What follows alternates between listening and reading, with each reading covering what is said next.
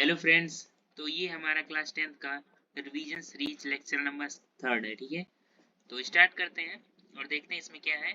इसमें हम पढ़ेंगे टिग्नोमेट्री। ठीक है, टिग्नोमेट्री के जितने सारे रूल्स होते हैं सभी को हम विस्तार से समझेंगे। ठीक है, तो स्टार्ट करते हैं। तो ये हमारे चैप्टर का नाम है इंट्रोडक्शन टू ट्रिग्नोमेट्री। तो सबसे पहले देखेंगे इसमें क्या है। सबसे पहले चेक करेंगे इसमें टॉपिक कौन कौन सा है। ठीक है, इसमें कितने कौन कौन से टॉपिक्स हैं। तो इसमें सबसे पहले में पढ़ना है ट्रिग्नोमेट्रिक रेशियो। ठीक है, इसका मतलब होता है त्रिकोणमितीय अनुपात जो होते हैं साइन थीटा कॉस थीटा, जो भी अनुपात है वो हम पढ़ेंगे। ठीक है, फिर सेकेंड टॉपिक जो है वो हमारा है trigonometric ratio of standard angles, जो कि एंगल जैसे 30 डिग्री 60 डिग्री 90 डिग्री 45 डिग्री, इन सभी एंगल्स का हम ट्रिग्नोमेट्रिक रेशियो देखेंगे। ठीक है, फिर थर्ड पे हमारा आता है ट्रिग्नोमेट्रिक आइडेंटिटीज। ठीक है, त्रिकोणमितीय जो है ये सर्वसमीकाएं। ठीक है, त्रिकोणमितीय सर्वसमीकाओं के बारे में देखेंगे। ठीक, फिर तो देखते हैं, स्टार्ट करते हैं। ये फिगर आप देख सकते हैं यहाँ पे। तो सबसे पहले हमारा आता है ट्रिग्नोमेट्रिक रेशियो क्या होता है।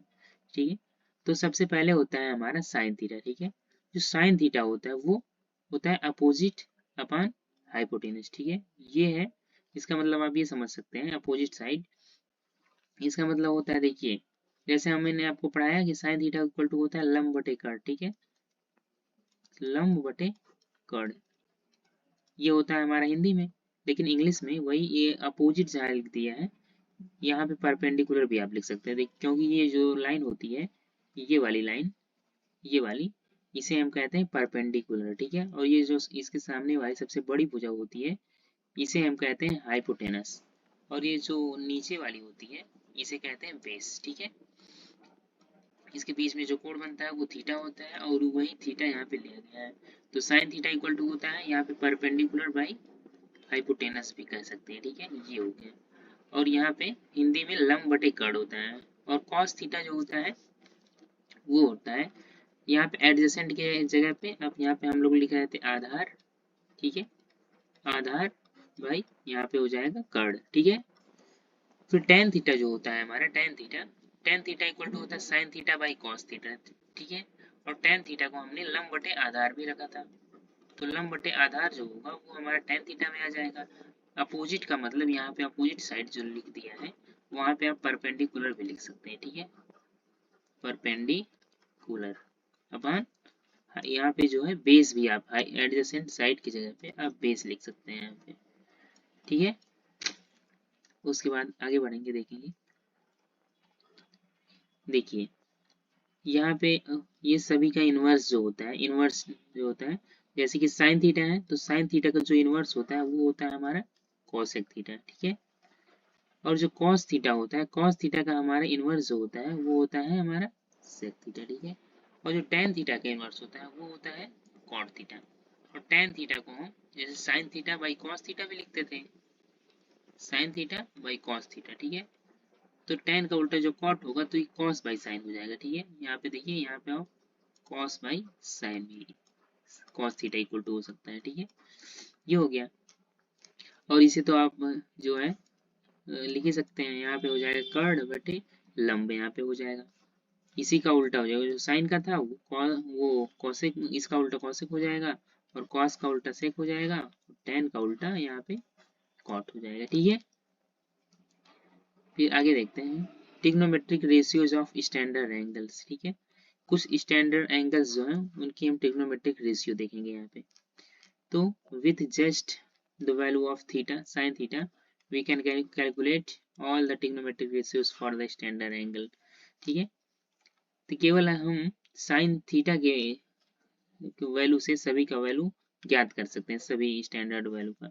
इनके कहने का मतलब ये है। तो ठीक है, तो देखिए सबसे पहले हम क्या लिखेंगे, 0 डिग्री के स्थान पे हम लिख लेंगे 0, 30 डिग्री की जगह पे हम लिखेंगे 1, फिर 45, फिर 2, फिर यहाँ 3, फिर 4। ठीक है, यहाँ पे देखिए, यहाँ पे जो है, यहाँ पे 0 डिग्री है, यहाँ पे 30 डिग्री है, 45 डिग्री है, 60 डिग्री है, 90 डिग्री है। ठीक है, तो सबसे पहले हम 0 से 4 तक, यहाँ से यहाँ तक लिखेंगे। यहाँ पे 0, 1, 2, 3, 4। ठीक है, अब देखिए 4 जो है मैक्सिमम 4 है, तो 4 को हम 4 से डिवाइड करेंगे। ठीक है, सभी को केवल 4 को नहीं, सभी को 4 से डिवाइड कर देंगे।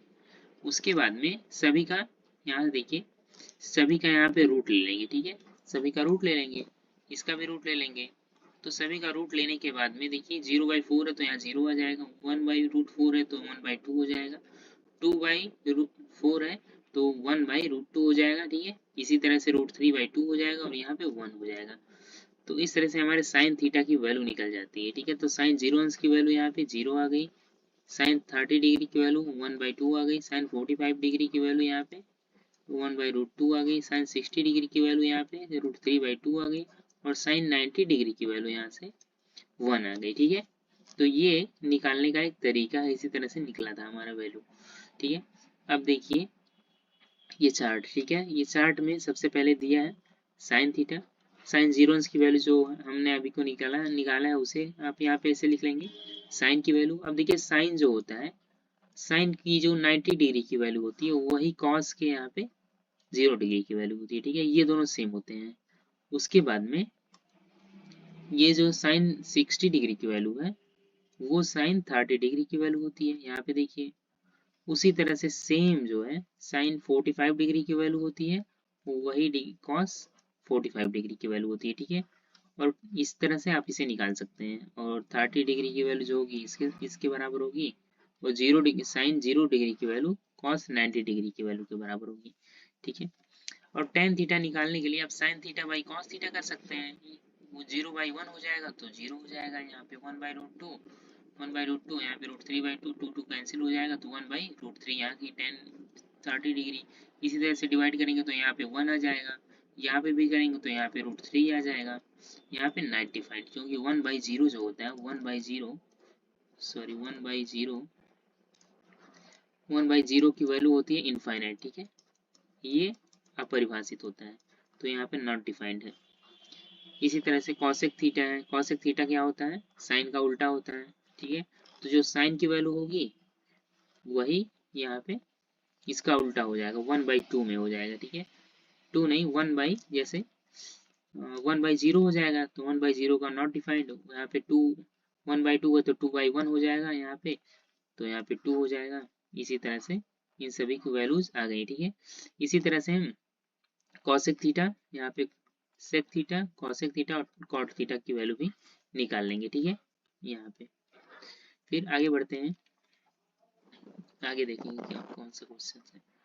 आगे है प्रूफ ऑफ ट्रिग्नोमेट्रिक आइडेंटिटीज, ठीक है।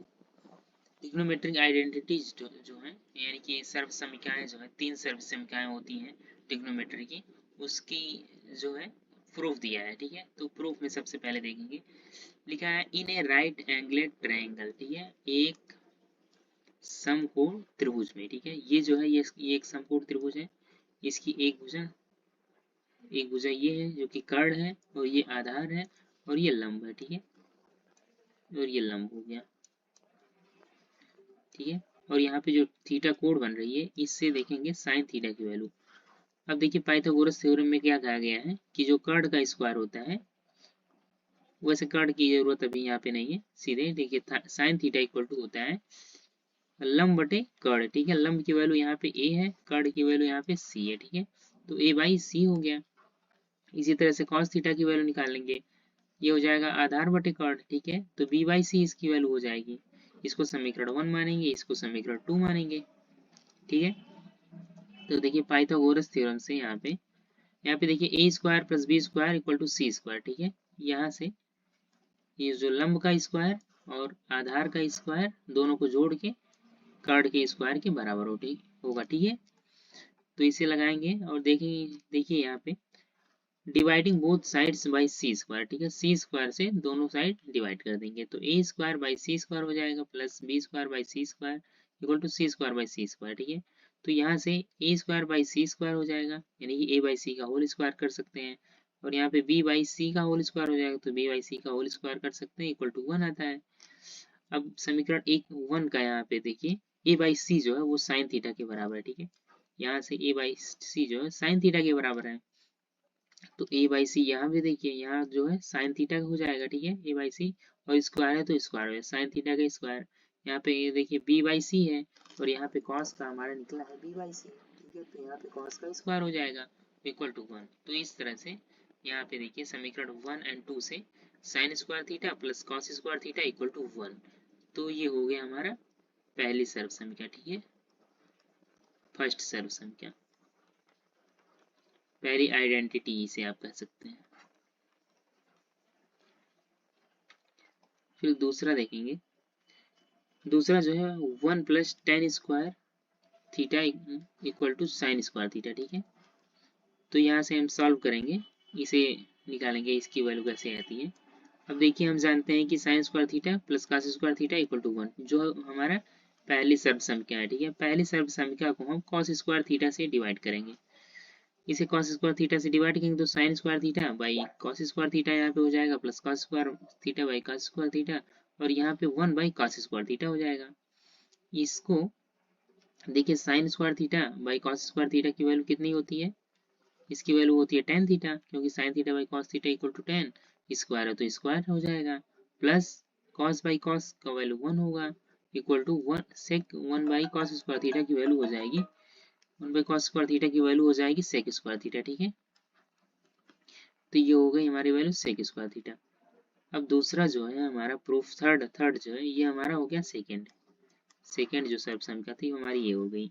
थर्ड है, जैसे पहली सर्व संख्या हमारी है, ठीक है, पहली सर्व संख्या को हम dividing both sides by sine square theta, हम साइन स्क्वायर थीटा से इसे डिवाइड कर देते हैं, ठीक है।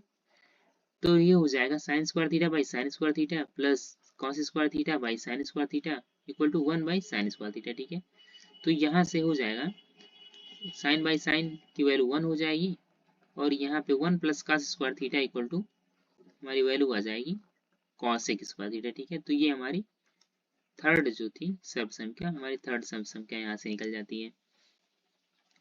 अब देखिए यहाँ पे 3 बेसिक ट्रिग्नोमेट्रिक आइडेंटिटीज, ठीक है, जो हमारा 3 सर्व संख्याएं निकली हैं उसकी मतलब ब्रांचेज हैं उसी में से निकली हैं, ठीक है, उसी को अलग अलग फॉर्म में लिख दिया गया, बस यही है। तो देखिए sine square theta plus cos square theta equal to 1, ये हमारी पहली सर्व संख्या है। दूसरी सर्व संख्या sine square theta equal to 1 minus cos square theta. दूसरी नहीं है, ये इसी का फॉर्म है, क्योंकि कॉस स्क्वायर को इधर भेज दिया गया है तो 1 माइनस कॉस स्क्वायर थीटा हो गया है। इसी तरह से साइन को इधर जब भेजा जाएगा तो cos square theta equal to 1 minus sine square theta. और दूसरी सर्व समीकरण से ये बताया दिखाया गया, देखिए sec square theta minus tan square theta equal to 1, ये हम लोग सॉल्व किए थे, इससे ये निकला है, क्योंकि देखिए टेन को उधर भेज दिया, ठीक है, साइन के सेक के उधर, तो tan sec square theta minus tan square theta equal to 1 आ गया है। और यहाँ पे भी इसे भी चेंज किया है, sec square theta minus 1 equal to tan theta, tan को उधर भेज दिया है, नहीं सॉरी सेक को इधर भेज दिया है और टेन को उधर भेज दिया है। इसी तरह से cosec square theta minus cot square theta equal to 1, इसी को प्रतिस्थापित करके बनाया गया, ठीक है। तो ये इसे आप देख सकते हैं, ठीक है, ये हो गया। फिर यहाँ पे हमारा समाप्त हो जाता है ट्रिग्नोमेट्री की सारे रूल्स, और माइंड मैप के अनुसार यहाँ पे देखेंगे हम इसे समझ सकते हैं, इसमें जो जो सारी चीजें थी, ठीक है।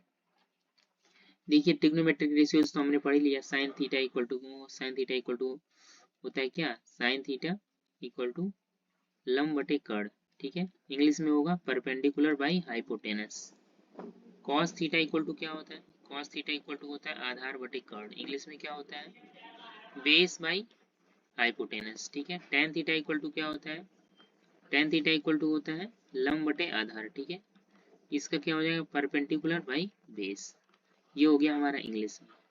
तो यहाँ पे हमारा ट्रिग्नोमेट्री समाप्त होता है, आप इसे ध्यान पूर्वक अच्छे से पढ़ सकते हैं, ठीक है। Thank you.